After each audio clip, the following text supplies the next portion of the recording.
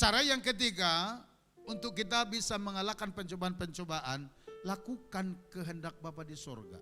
Di dalam 1 Yohanes 2 ayat 17 itu tadi berkata demikian. Dan dunia ini sedang lenyap dengan keinginannya. Artinya begini, segala keinginan-keinginan yang duniawi itu, yang najis itu, yang bertentangan dengan naturnya Tuhan, kesucian, kekudusan Tuhan itu, sekalipun itu terlihat megah, sekalipun itu terlihat baik, sekalipun itu terlihat begitu menggiurkan, tapi Alkitab berkata itu sedang berjalan menuju kebinasaannya.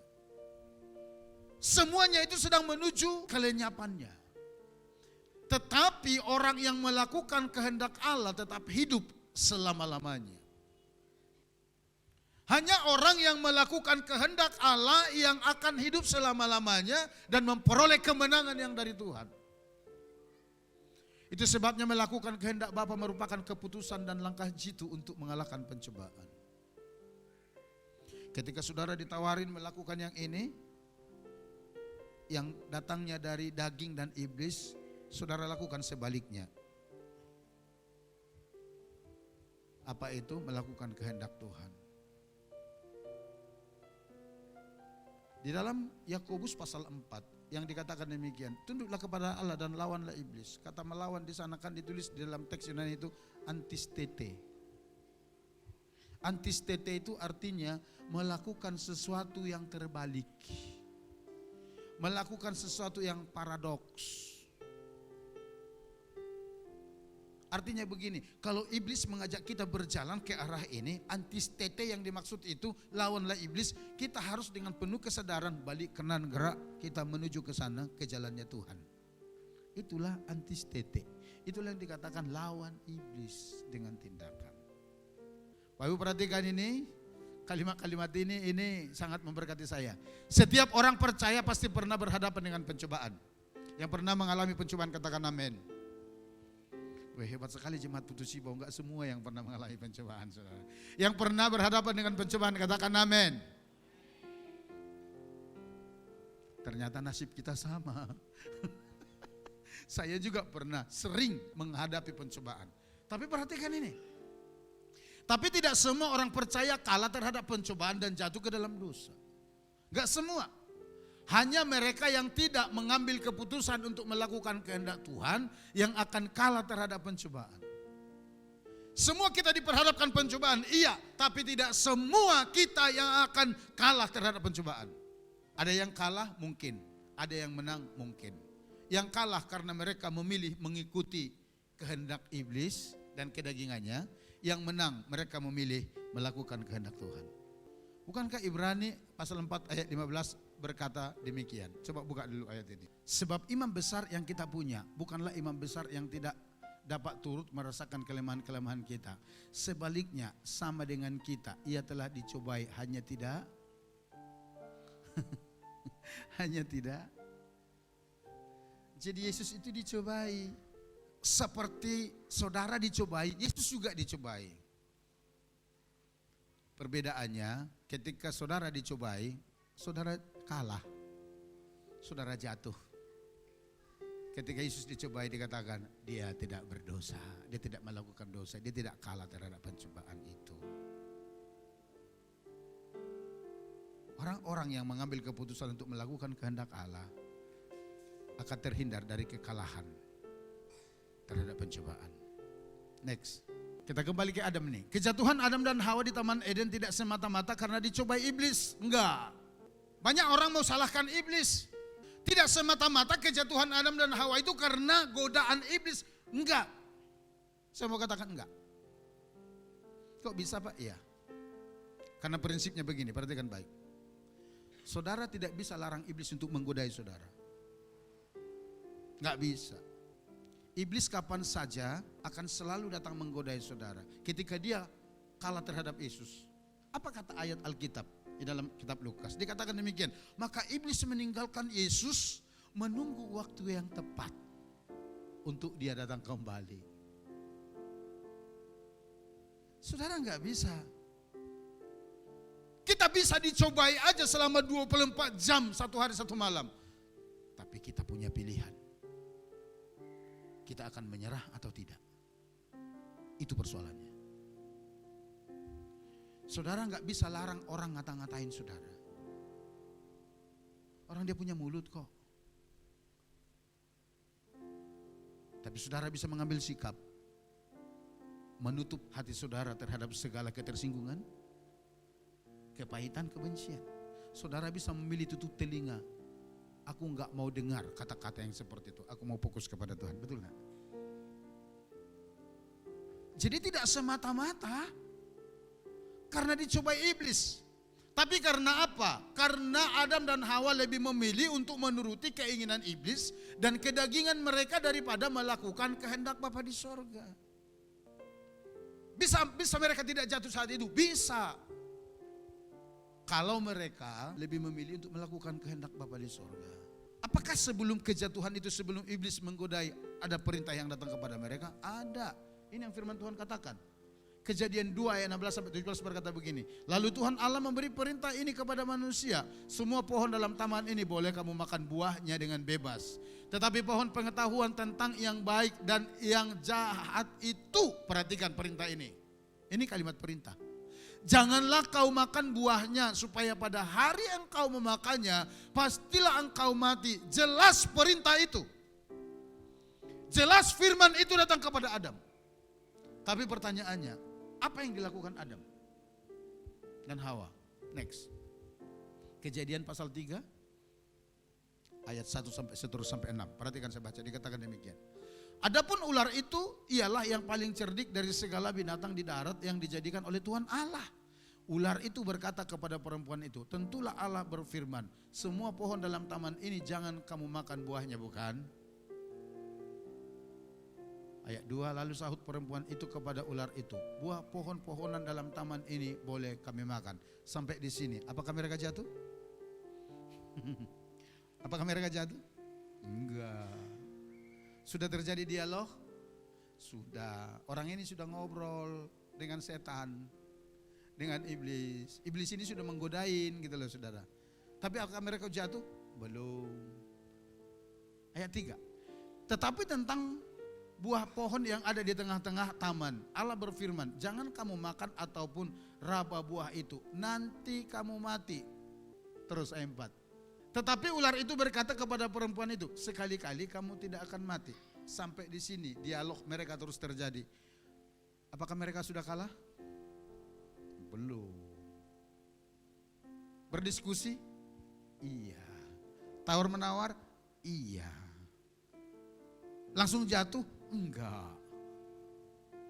Kita lihat ayat 5. Tetapi Allah mengetahui bahwa pada waktu kamu memakannya matamu akan terbuka dan kamu akan menjadi seperti Allah. Ini dia tadi, keangkuhan hidup itu. Keinginan untuk menjadi sama dengan Tuhan. Ini berbicara posisi lo Bapak Ibu. Ini berbicara next level. Ini berbicara level up. Ini berbicara peninggian, promosi-promosi. Itu coba ditawarkan oleh iblis, disinggung itu dalam kehidupan mereka. Tahu tentang yang baik dan yang jahat. Sampai di sini mereka jatuh? Sampai di situ enggak jatuh. Sama ketika saudara digodain, dicobain. Mungkin saudara seorang bendaharawan di dalam sebuah perusahaan, lalu saudara ketika seorang diri menghitung uang. Lalu setan berkata begini, coba sembunyikan 2 lembar gitu lah. Dan saudara, oh enggak itu dosa. Tapi terus dia katakan demikian, dosa nanti kan bisa minta ampun. Karena ada firman Tuhan berkata kalau kamu mau mengaku dosamu, ya kan saudara. Coba kalau kamu ambil 2 lembar, nanti kamu bisa beli ini, bisa beli itu. Bisa kamu belanja di TikTok Shop. Itu saudara. Sampai sejauh itu belum ada kejatuhan. Belum. Perhatikan ayat 6. Perempuan itu melihat bahwa buah pohon itu baik untuk dimakan dan sedap kelihatannya. Lagi pula pohon itu menarik hati karena memberi pengertian. Titik. Sampai di sini mereka jatuh. Ini Hawa udah mulai timbang-menimbang nih. Wah ini enak nih kalau diambil ini. Tapi udah jatuh? Belum sebenarnya. Belum jatuh ke dalam tindakan itu. Tapi perhatikan. Lalu ia mengambil dari buahnya dan dimakannya, dan diberikannya juga kepada suaminya yang bersama-sama dengan dia, dan suaminya pun memakannya. Ketika itu terjadi langsung plak.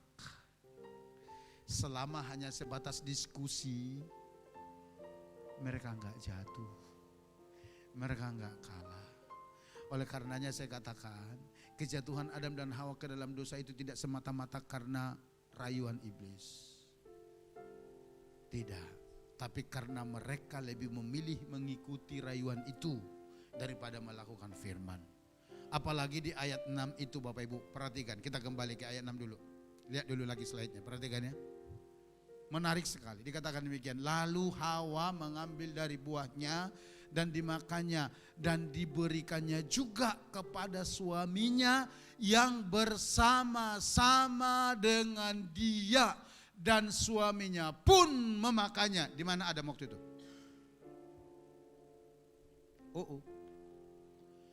Ketika Hawa berinteraksi dengan ular itu, ketika ular itu dengan segala upaya merayu, menggoda, membujuk Hawa, di mana Adam?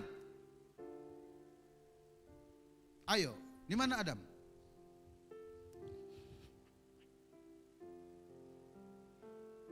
Ada di situ bersama dengan Hawa. Tapi dia tidak melakukan sesuatu untuk itu. Makanya kalau kami di men's camp itu dikatakan demikian.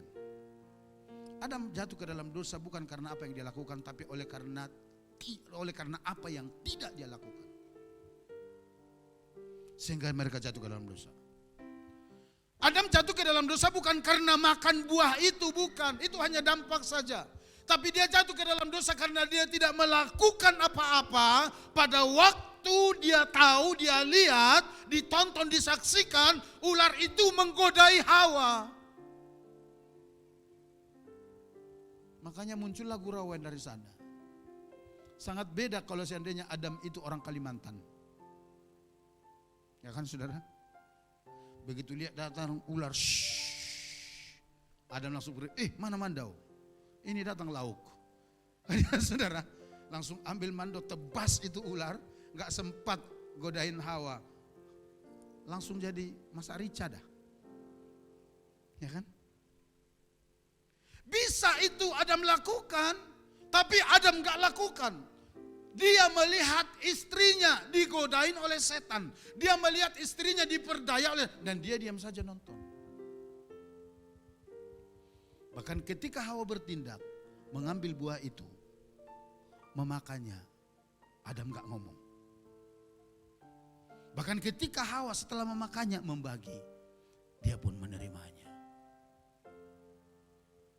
Oh Bapak Ibu, aplikasinya ini apa untuk kita? Kepala-kepala keluarga, dengar baik ini. Kadang-kadang keluargamu itu rusak, bukan karena setan, tapi karena engkau tidak berfungsi sebagai kepala dalam keluarga. Engkau tahu itu yang disodorkan istrimu itu bukan dari Tuhan, tapi engkau turuti alasannya, enggak enak. Pak ini gimana? Terserah mama aja.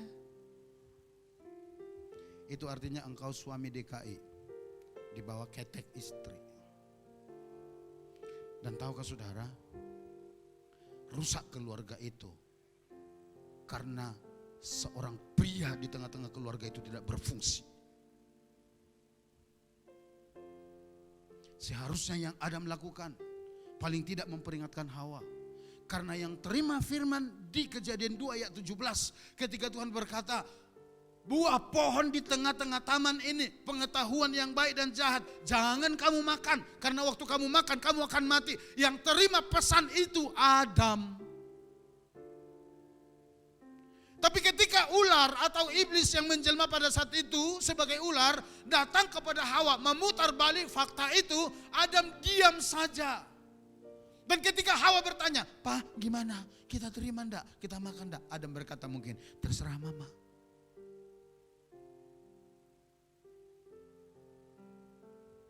Para suami dengar baik. Kalau engkau melihat rumah tanggamu baik dan diberkati oleh Tuhan, berfungsi engkau sebagai imam, raja dan nabi di sana. Kalau engkau tahu sesuatu itu tidak berasal dari Tuhan yang disodorkan oleh istrimu, tangking dia. Lebih baik kau katakan, hei diam, ini bukan dari Tuhan. Saya pemimpin di rumah ini. Katakan begitu. Demi menyelamatkan keluargamu. Demi menyelamatkan rumah tangga. Sebab kalau tidak, perhatikan. Banyak keluarga rusak. Banyak anak-anak pada akhirnya tidak karuan kehidupannya seperti apa. Karena ada seorang pemimpin dalam rumah tangga tidak berfungsi.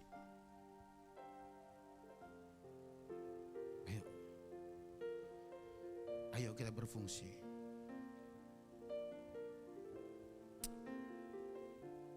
Makanya yang muda-muda atau yang mau menikah ini pikirkan, yang suami pikirkan, yang calon suami pikirkan tanggung jawab. Jangan hanya karena cinta, aku mau kawin gitu loh. Enggak sebatas itu. Amin. Keluarga ini bisa saja tidak jatuh ke dalam dosa. Kalau seandainya kepala keluarganya berfungsi dengan baik. Imam itu tugasnya apa? Membawa umat kepada Tuhan. Artinya kalau dalam keluarga, membawa seisi keluarga kita. Membawa istri anak-anak kita datang kepada Tuhan dalam mesbah. Berfungsi sebagai nabi artinya apa? Pembawa firman Allah kepada umat. Pembawa firman Allah kepada keluarga kita. Berfungsi sebagai raja apa? Pengambil keputusan tertinggi di sana. Jadi kepala-kepala keluarga jangan apa-apa keputusan serahkan ke istri. Apa-apa terserah mama, apa-apa terserah mama, apa-apa terserah mama. Kalau seperti itu nanti dibolak-balik hierarkinya.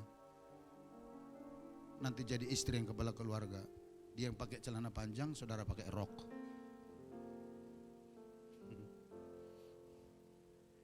Ayo saudara ya. Ayo ya. Ingat, tidak ada manusia yang langsung jatuh plak tanpa ada pencobaan. Tanpa ada bujuk rayu.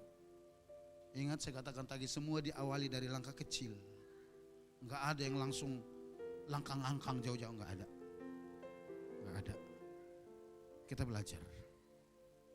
Ketika kita tahu ini bukan dari Tuhan, kita lakukan sebaliknya yang berasal dari Tuhan.